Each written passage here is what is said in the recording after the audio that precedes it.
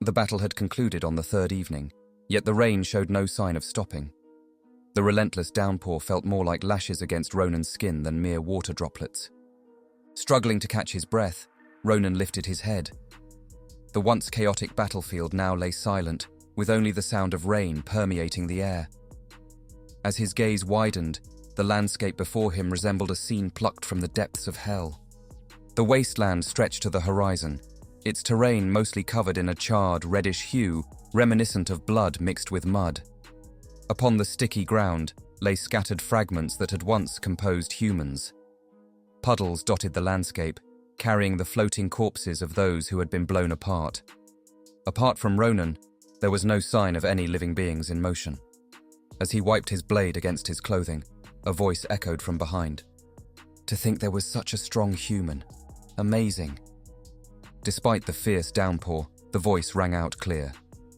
It bore the deep resonance akin to a cave filled with flowing lava. Ronan turned his body with an expression of disgust. You aren't dead yet? It's an evident failure on a Hayute's part. About 5 strides away, a massive figure of a human sprawled out. This was the culprit behind the carnage. The giant referred to himself as a Hayute. With a height easily surpassing 4 meters, the giant's back bore 2 pairs of wings. His appearance resembled the concept of angels, frequently depicted in religious art. He had an oval-shaped bald head with distinct facial features. His white-tinged muscular torso was riddled with scores of deep and lengthy scars. Blue blood oozing from wounds formed puddles around the giant's center. Indeed, not yet, Ronan thought, his grip on the hilt tightening. If it were possible, he would have torn a Hayute to shreds with a mere thought, but he no longer had the energy for that. This single being had vaporized 10 legions of the Empire. With each flutter of his 4 wings, storms raged, and with each swing of his light-forged spear, hundreds lost their lives. The innocent lives lost before the final battle were beyond counting. However, my end is near. A Hayute has been defeated, and soon they shall return to his embrace. Ronan reflected. Well, good riddance. Stepping on dog shit on your way out wouldn't hurt, you damn sticky mess, he muttered. Ronan picked up a broken dagger and plunged it into the giant's chest. Despite the attack, the giant didn't rise, indicating a likely fatal blow. Perched on the giant's shoulder, Ronan rummaged through his pouch, muttering curses under his breath. Hey, you bastard! The expensive pipe he had bought with a lot of money was completely shattered. He tossed the broken pipe at the giant's face and stood up. Yeah, your friends. Do you know that they're dead? Ronan's brow furrowed at the mention of friends. Yeah, the guys who came down with you. Are you referring to Nirvana and Dwaru? I don't know their names. Anyway, they're dead. 20 days ago, 3 giants descended upon the land. The reason remained unknown. They wreaked havoc to the extent that the continent's map needed to be redrawn. A Hayute was the last remaining giant. One was fried alive by a hot-tempered red dragon, and the other one was sealed for eternity by an old man called Lorahon. I don't know what you guys were up to, but it's all over now. Ronan wanted to see the giant's face twisted with despair, so he refrained from mentioning that the red dragon Navadorje and her tribe suffered devastation akin to mutual annihilation, or the peripheral information about the archmage Lorahon sacrificing his own soul as a conduit for a sealing spell. However, the response Ronan received didn't fulfill his expectations. It's fortunate. What? The fact that there are no more strong individuals like you. You can no longer stop us. Ronan slowly drew his sword, the gleaming tip aimed for the giant's throat. How do you know that? The children of the star share their senses with one another.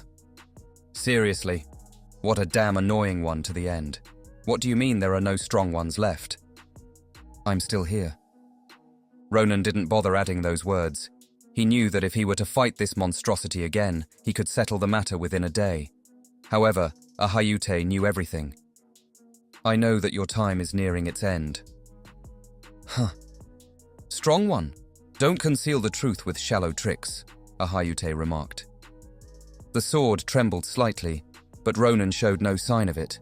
He pushed the sword's tip into the giant's throat, Tough skin tore as blue blood gushed out. Ahayute continued nonchalantly. I'm quite glad. If you had realized your skills earlier and put your all into training, you would have become a large obstacle for our long-cherished wish. Enough with the chatter. It's getting tiresome. You're an exceptional human. Be proud. The tale of the man who shook the sky and plucked stars could truly transcend the horizon of tomorrow. However, he spat out the words like a wedge. Your world will ultimately be consumed by the starlight. Ronan's sword drew an arc. If you're alive, answer me. Is anyone here? Ronan yelled, holding a hand to his mouth. No answer came. Ahayute died without a whimper. The blue blood flowed like a river, not seeping into the soil. Ronan kicked the giant's corpse and stood up. He began to wander the battlefield, searching for any possible survivors. Death existed wherever Ronan's gaze landed. Avoiding the fallen corpses was no easy task. Scanning through pale faces, Ronan clenched his teeth. Most of them were familiar faces, comrades from the disciplinary unit who had shared life and death. With bitterness in his voice, Ronan muttered, "Foolish bastards." The disciplinary unit was a special force composed of criminals, the underbelly of an army that made patriotism a duty. They were the epitome of inconsistency, even in their discipline. Ronan knew why these men, who usually babbled and fled, would charge headlong into such a monster. Ahayute was formidable. Arrows that barred the sky, self-proclaimed knights' holy spears, and even Shulifan, the sword saint, hailed as the Empire's greatest swordsmaster, did not land any critical blows.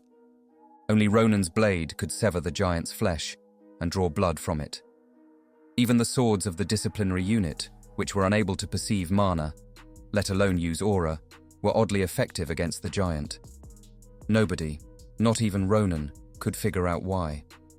Yet within the battle where the fate of the Empire was at stake, social status became meaningless. The Grand General discarded the original plan and formulated a new strategy centered around Ronan. In the end, the disciplinary unit became the most crucial force, guarded by 10 legions. The ragtag misfits, with lungs filled with wind, didn't hesitate to elevate their comrades to heroes. They fought through being torn apart and shattered, ultimately proving the Grand General's judgment right. These damn idiots!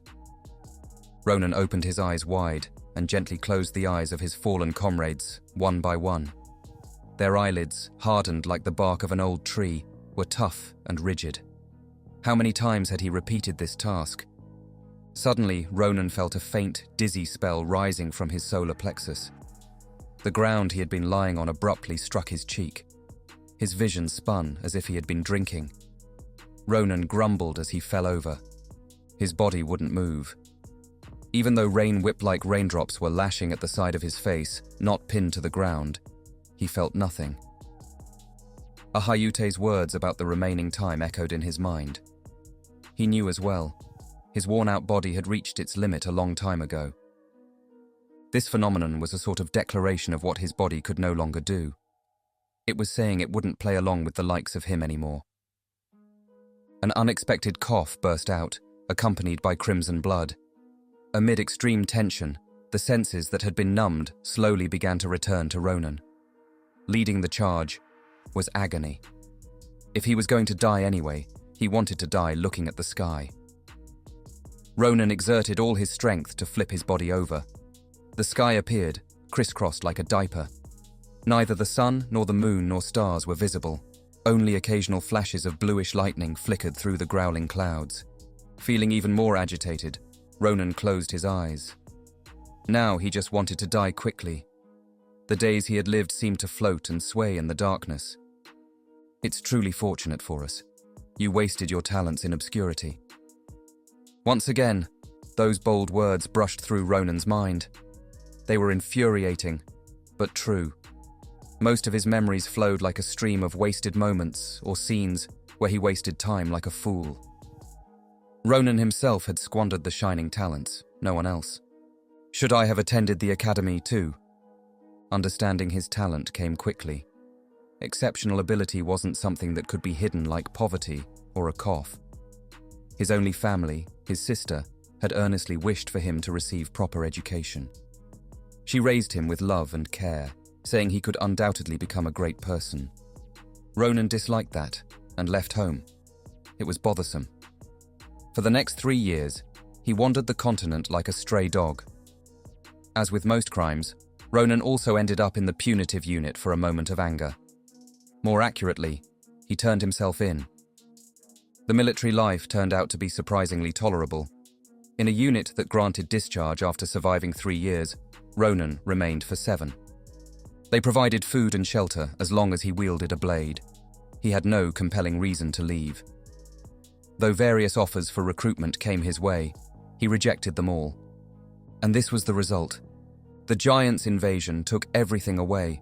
The rascals he fought alongside for 7 years, his caring sister, the nations and villages he encountered on his journey, all turned to ash. If Ronan had properly learned swordsmanship and dedicated himself to training, would the outcome have been different? Could he have protected them? He didn't know. It was a meaningless contemplation. With closed eyes, Ronan relaxed his body. He felt his soul gradually leaving his body. Someone had said death is nothing more than a deep slumber, his mind fading, dull. "Is anyone there?" A human voice reached him. "I'm here." Ronan jolted up from his position as if propelled, mud splattering off his back and neck. He focused all his senses on his hearing and strained his ears. Once again, the voice reached him. "I'm injured and can't move. Is anyone there?" "Damn it, I'm here! I'm right here!" It was a woman's voice. Judging by how the sound seemed to resonate directly in his mind rather than through his ears, she was likely using telepathic magic. "Keep talking! I'm coming now!" Ronan, who had roughly determined the direction, rushed forward. Despite smashing his face into the window multiple times as his legs gave way, he didn't care. The only thing that mattered was the fact that there might be a survivor. "Here is..." The voice grew fainter and fainter. Whatever the reason, it was clear that someone was fading away. Ronan increased his speed. Any traces of regret or stained ideals had long been cast aside. He soon arrived in front of a pair of leaning rocks. The 2 rocks faced each other like a roof, creating a structure under which he could avoid the rain. Every exhale was accompanied by dripping blood. Ronan wiped his mouth with his sleeve and entered the space between the rocks. The owner of the voice was lying inside. "You are..." And the moment he saw her face, Ronan had to swallow a sigh that rose up to his chin. "General." A familiar face. "Ronan." Struggling to raise her head, the woman spoke. Her voice was raspy, her throat was dry, but her former dignity remained unshaken. A stature taller than most generals, matted dark hair covered in blood and mud. In contrast, her skin was so pale it was almost pure white. Ronan repeated the words as if he was under some sort of enchantment. "Grand General Adeshan." Despite having aimed for the idols of every imperial soldier, Ronan didn't bow. He had no arm to salute her with.